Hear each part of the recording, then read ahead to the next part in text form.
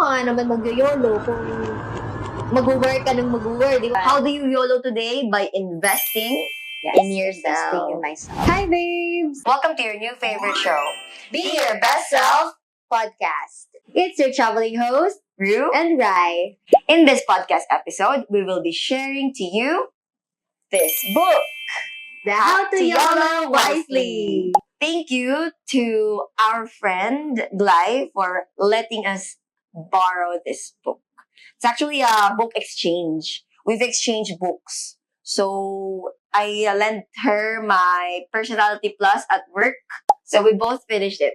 Natapos ko siya nung March 11 and si Ryan natapos mo nung March 29. That's so nice! We both finished it nung March. Yeah. And now it's April. Another episode for this month. Yes, I know. So ikaw, Sissy, what's your takeaway here sa How to YOLO Wisely book? Well, actually, ang dami.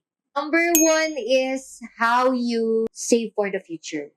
Kasi YOLO you cannot YOLO now if you're not secured sa future. So that's one important thing that I've learned in this book is, paano ka nga naman mag-YOLO kung mag-work ka ng mag-work? Di ba parang, oo nga naman, paano ka magpupunta ng Japan, magboborakay kung iniisip mo na wala ka nang kakainin bukas, girl! So, isang bagay na natutunan ko here is, yun, the money jar system. It's how you save for the future while YOLOing today. Yeah. How do you YOLO today? By investing Yes, in yourself. investing in myself. And yan, gusto ko i-share yung pinaka-takeaway ko dun sa book. It's all about becoming the best version of yourself. How? By simply investing in yourself. Oh my God. Yeah, because sabi sa page 77, where your money goes is a clear reflection of your priorities. And saan ko dinala yung pera ko, Sissy? Travels, mindset, educating herself, Exactly. investing in her inner and outer self. We just get our haircut and our pedicure. Food spa, that's where we went. Staycation. Yes, and now we're on a staycation. That's how Cece's spending her money. How am I able to afford it? All because I have the page on 79, the money jar system. Yeah. So, nung nalaman ko yung money jar system, pwede pala na maging best version ako ng sarili ko through using manager system. Nalaman ko na pwede palang bigyan ng jars. Oo, Yung bigyan mo pag-spend, ng- pag-save, Mm-mm. pag-invest. Allotment. Allotment. Oo. You give allotment to everything. The Yeah. bills, the rest, the... Oo. May sinasabi kasi sila parang 80% ganito and 20% savings. Ganon. Hindi pala talaga. You have to be specific. Mm-mm. So, yun yung takeaway ko dito sa How to YOLO Wisely. Basically, kasi meron siyang tinuturo dito Oo. na know your values. Mm-mm. Alam namin ni Cici yung values namin. Kaya, nung na-share namin sa isa't isa both yung values namin is, Yeah, that one. alam natin kung ano yung ibibigay natin sa isa't isa. Oo. So, example, yung top 1 ko is freedom. Alam niya na ayoko ng may, Boss. ng may boss. Mm-mm. Oo. Kaya, Employment is really not for her. oo. And for me as well, kasi values Pero ko there's rin nothing sila. wrong about Yes, employment. yes, Siyempre, yes, yes. Dyan din naman kami nagsimula. Yes. That's where we gained our experience. And then, nalaman ko na, hindi siya for me. We're just talking about our values kasi from time to time naman mali-discover nyo ano talaga yung gusto nyo and yung values na, alam niyo yun, pinangahawakan nyo talaga. Pag tinanong ka, who are you? With stripping your income, stripping your title, Mm-mm. stripping your name, 'di ba? Sino ka talaga? Mm-mm. Ang magde-define sa'yo is your values. Yes. And aside from that, yun, nagustuhan ko rin yung values kasi it shapes who you are. Naalala ko na, yung isa sa pinaka nagustuhan ko sa book na to is getting rid of what you don't like. How your values will get rid of those things na hindi naman talaga ikaw. Yes. Kasi di ba growing up, ang dami nating naririnig na, ito na lang gawin mo, ito, trending to, ito yung in demand, di ba? Grabe yung panahon natin ngayon kapag sinabing, ito kasi yung in demand, bakit hindi ito na lang yung kunin mo, bakit ito na lang itong work yung gawin mo, kasi in demand siya, malaki dito yung pera. Pero, isang bagay na natutunan ko sa book na to, pera ba talaga yung makakapagpasaya sa'yo? Diba? Money is just a tool. So, hindi siya yung goal natin.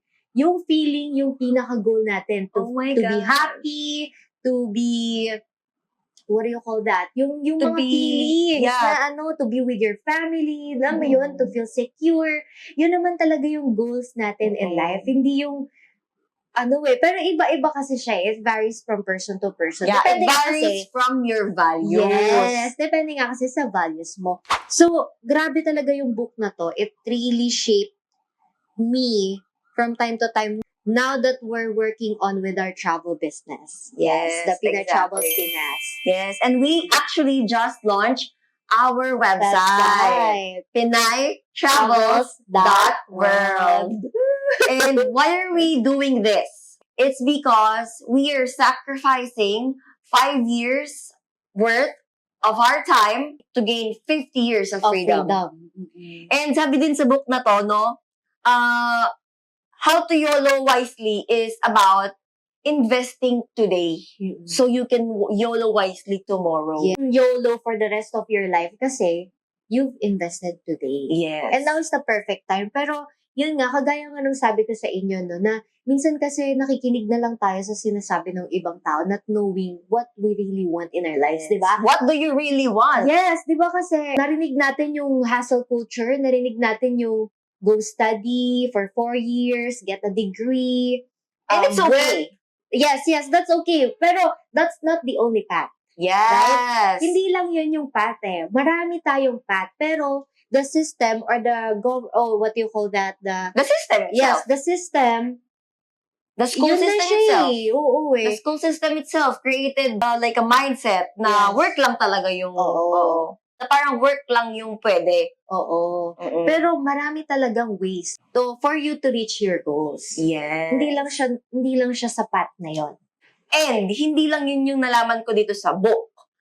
Nalaman ko yung importance ng financial health sa sarili ko. And ang laki talaga ng tulong Yes, ko. me too. And super thank you sa author na si Nikki. NFG. Yeah, NFG. Nikki Jurado for this. And actually, married na siya. So, Nikki Jurado Mancilia na. So, that's it for our episode today, guys. And anong challenge natin for them? So, the challenge is to know your values. Yon. And then that's tapos how na yun. you create your life. Yes. Your dream. Yes. Build your dream. Kasi yun yung foundation mo, your values. Yes. If you want to be like a present mom to your children, or you want to be a traveler like us, full-time traveler, diba? You want freedom. You want freedom.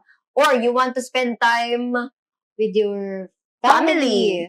Yeah, yun. Those are okay. It depends sa kung ano talaga yung binavalue mo. Yes. Thank you so much, babes, for listening. And if you like this conversation, don't forget to click like and leave a comment down below. also subscribe. And share this video. Keep shining, babes!